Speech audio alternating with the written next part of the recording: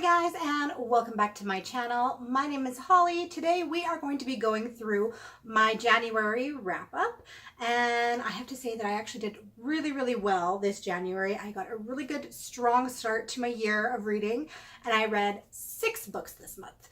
So I was very happy with that. I did 3 physical reads and 3 audiobook reads. Anyways, so I am very happy with what I read, and I actually read all 4 and 5-star reads this month. So that, I can't ask for a better start than that. I read 6 books and I really liked all of them. So not even one was like mediocre. So that is awesome, and hopefully the rest of my year will follow suit with that. But let's just get right on into this video and let's talk about the very first book that I read this month, which was the first in a series by Polly Shulman called The Grimm Legacy. Now, this one, I believe it is in a series, but I think the books don't necessarily like correlate with one another. I think they're all kind of like about a magical theme, but I don't think like the characters and everything really like correspond together. So you could read the series out of order and it would still make sense, if that makes sense. But I just read this first one. And this book I really enjoyed. So it says, Elizabeth has just started working as a page at the New York Circulating Material Repository, a lending library of objects, contemporary and historical, common and obscure. And secret too, for in the repository's basement lies the Grimm collection.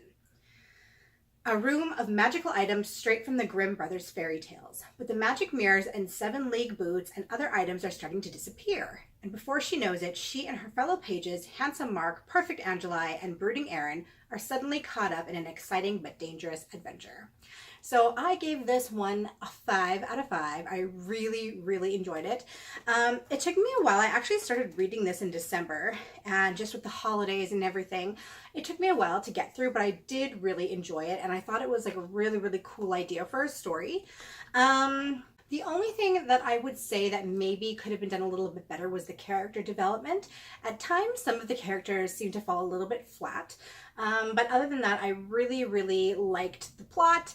And I just liked the whimsicality of it. It was so whimsical, it was so magical, and I really enjoyed it. So definitely go and pick this one up if you're looking for a different kind of read. Something that's just going to kind of capture your attention and just transport you to a magical fairy tale land. The next physical read that I read was Possessed by Kate Can, and this one was really good as well. It says, Rain can't wait to get away from the stifling heat of summer in London, from her controlling older boyfriend Damien, from the tiny apartment she shares with her mother and little brother. So when she finds a job at a secluded country estate, Rain jumps at the chance to escape. But as soon as she arrives, her retreat feels like another prison. The ancient estate is suffocating, filled with spooky relics and a strange energy that seems to surround her everywhere she goes. Rain wants to believe it's all just her imagination, but as she spends more and more time in the country, she becomes more convinced that there's something out there, something that wants her to stay forever. So once again, I really enjoyed this one. The main character, Rain, she is a different kind of character than I've really read before. So she comes from, it almost makes it sound like she maybe comes from like the project, so like a poorer area, like in an apartment building, and her mother has this young child, and her mother kind of like pawns all this responsibility off on her. And she's just like stifling, she's just like wanting to get away from this life. So I've never really read too many different stories with a character like that, that kind of comes from these like harder times. But yeah, I really enjoyed it. She goes out, like it says in the synopsis, you know, and she gets this job at this old estate, and it's like really creepy, and all of these, like, there's so much history. It's very old. It's from like the 1700s or even further back. I think it was like thousands of years back. And they do like tours in this place, and there's like all of this medieval history that goes along with this place, and there's ghosts there. It's definitely haunted. And then she starts kind of to get involved with this group of kids in town that are not what they seem, and they end up having something to do with the estate. I'll just say that. But yeah, it's really good, and it kind of just shows the character development from this girl. Like I said, she's just wanting to get away from her life, but I mean, she evolves in the fact that she's like changed, like she's made this move, and now she's kind of gone through something somewhat traumatic. by experiencing these experiences that she's had at this place. But at the end, like she's kind of boy crazy a little bit, and she just kind of like hops to the first guy that like gives her attention, and that doesn't really change by the end, which I was kind of upset about.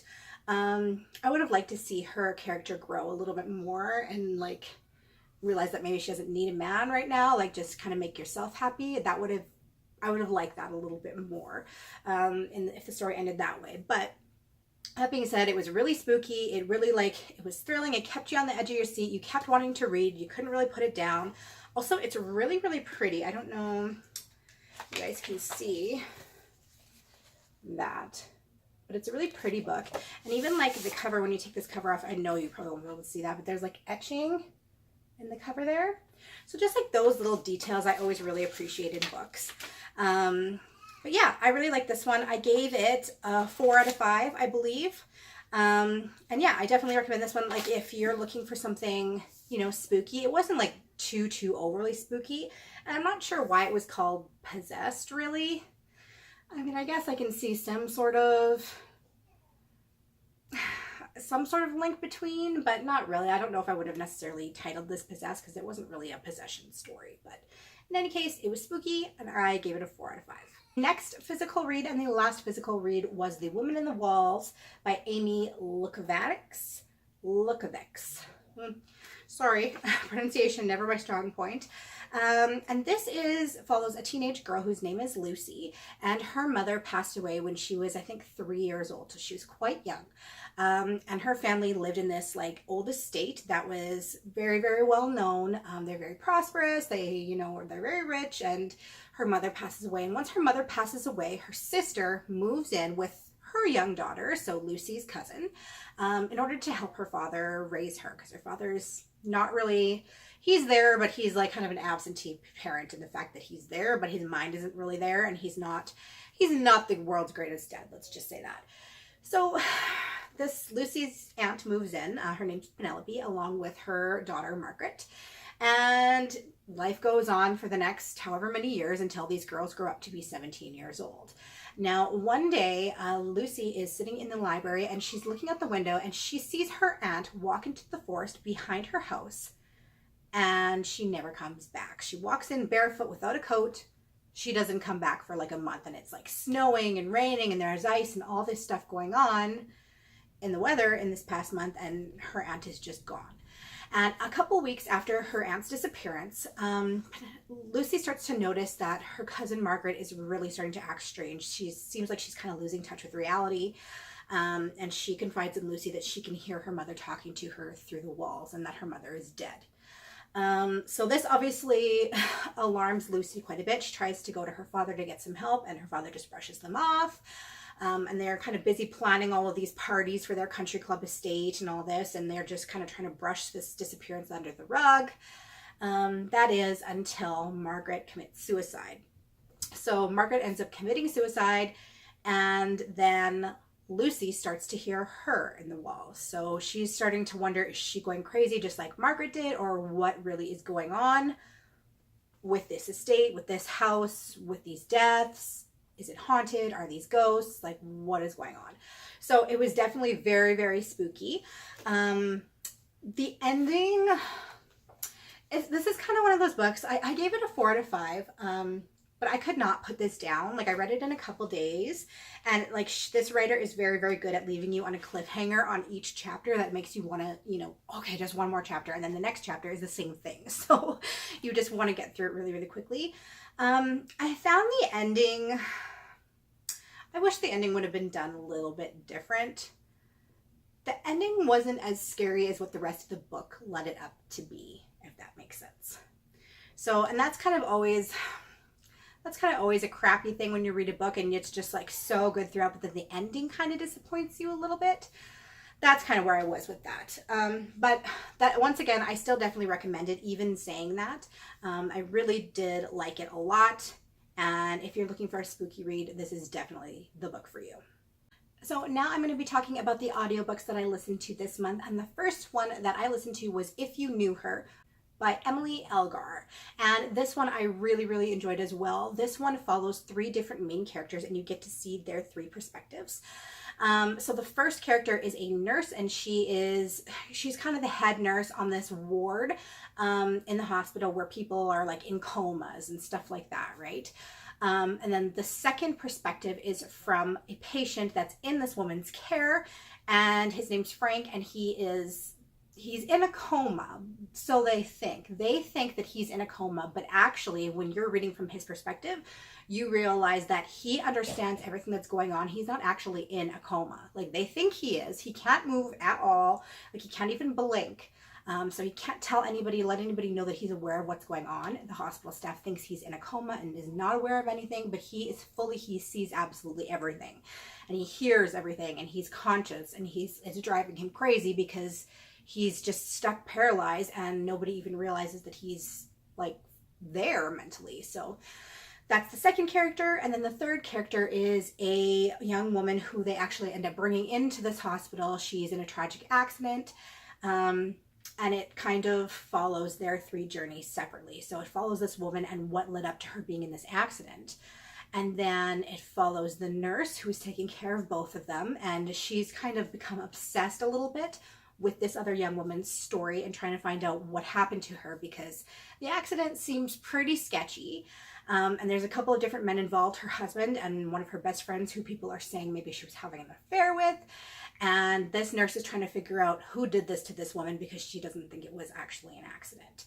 And then Frank, who's laying there completely helpless, ends up seeing something in the hospital that lets him know exactly what happened, but he can't tell anybody. So it was really, really well done. I gave it a 5 out of 5. I really liked it. It was a surprise in the ending for sure, the way things ended up and who ended up being responsible. It was a sad ending. I cried through parts of it. But then also I was happy through other parts, and it was also just really it was really interesting. It was a thriller, and it just kind of kept your interest really, really well. So yeah, I listened to this like nonstop and it was really, really good. Definitely give it a 5 out of 5. The next audiobook that I listened to was Carry On by Rainbow Rowell, and this one has gotten quite a bit of hype on BookTube. I have heard a lot of really good things about it. I actually was not even sure what it was about when I picked it up. I just knew that a lot of my favorite booktubers had given it 5 out of 5 ratings, so I just thought, why not? Let's just see what it's about. And it's this magical story. Some parts kind of reminded me of Harry Potter a little bit. Only like a more grown-up version. And I kind of wondered throughout if maybe this was part of a series that I was missing, because they kept on referencing things that had happened in the past, but didn't give you any details. So I was wondering if I was maybe missing a book in this, but I don't think I was. I think this is just a standalone, and they just kind of like added those tidbits in there just for some background information to give you a little bit more information on the characters, is my thoughts on it. It was really surprising for sure. There was a romance there that I did not expect to happen. And overall, it was just a really feel-good story. I really, really liked it. Some parts were funny. I was laughing through some parts. I was crying through some parts. And I really, really enjoyed it. This was the very first book I've ever read from Rainbow Rowell. I think I'll pick up more of her stuff for sure, because I really, really enjoyed this one. I gave this one a 5 out of 5 as well. Yeah, I don't want to give too much away about it. I'm sure if you're interested in it, you've probably either picked it up already. I'm pretty late to the game on this book, but I definitely recommend this one for sure. It's something a little bit different, a little bit more fantasy, and yeah, like it's kind of the same thing with the Grimm fairy tale book. Like if you're wanting something a little bit more magical, a little bit different. And also I should say that this was actually the first book that I've ever read, with a gay romance. I've never actually read anything with a gay romance, and after I read it, I realized that I had never read that before, and I think I definitely need to try and pick more diverse books, because I think I need a little bit more of that in my life for sure. It's definitely, I just want to be more inclusive in what I'm reading, and I want to kind of branch out this year and try some different stuff that I've not really read before. So I'm definitely going to be putting that more on my list. Be a little bit more inclusive. What can that hurt, right? And the last audiobook that I listened to this month was Baby Teeth by Zoe Stage. And this book, wow. It was definitely a 5 out of 5. This is the first audiobook that I have ever listened to in one day, because I could not stop listening to it. Normally will listen to audiobooks like when I go for walks, sometimes when I'm working out, or when I'm going like driving somewhere, but that's pretty much it. No, this book, I kept it on like all day in the background of whatever I was doing, when I was cleaning, when I was cooking, everything. It was on. It was so good. It follows two different perspectives. It follows a 7-year-old girl whose name is Hannah, and she is mute by choice. Now, it also follows her mother, who is just feeling completely at a loss. She just feels like she is the worst parent in the world. Her daughter shows her absolutely no affection, and we get to see both sides of that. So we get to see how much, I believe the mother's name is Suzette or Suzanne. I think it's Suzette, something along those lines. We'll just say Suzette. We see how much she's struggling, internally, because she feels like her child doesn't love her. And she also is battling with the fact that sometimes she feels like she doesn't love her child either, because her daughter is just hateful towards her. But then on the other hand, we also follow Hannah's story, and we realize very early on that Hannah is not okay. She is a psychopath, and she has it out for her mother. If you can hear my kid screaming in the background, he is trying to refuse his nap, and he is very, very mad at me right now, but he will calm down in a minute. So I apologize if you hear that in the background. But yeah, basically we just find out that Hannah, she's basically doing this on purpose. She can talk, she just refuses to. And it's very, very scary. Like, reading the part of Hannah, you're so scared for her mother, and you just want to know what's going to happen next and what this kid is going to do next. Like, it is terrifying. Like, this is the spawn of Satan for sure. So definitely 5 out of 5 for that one. It was very scary, very freaky. Well, you guys, those are the books that I read in the month of January. Please let me know in the comments down below what you read, and if you read any of the same books that I did, and what your recommendations are for me from what you read this month. I hope you guys are having an awesome day, and I will see you in my next video. Bye!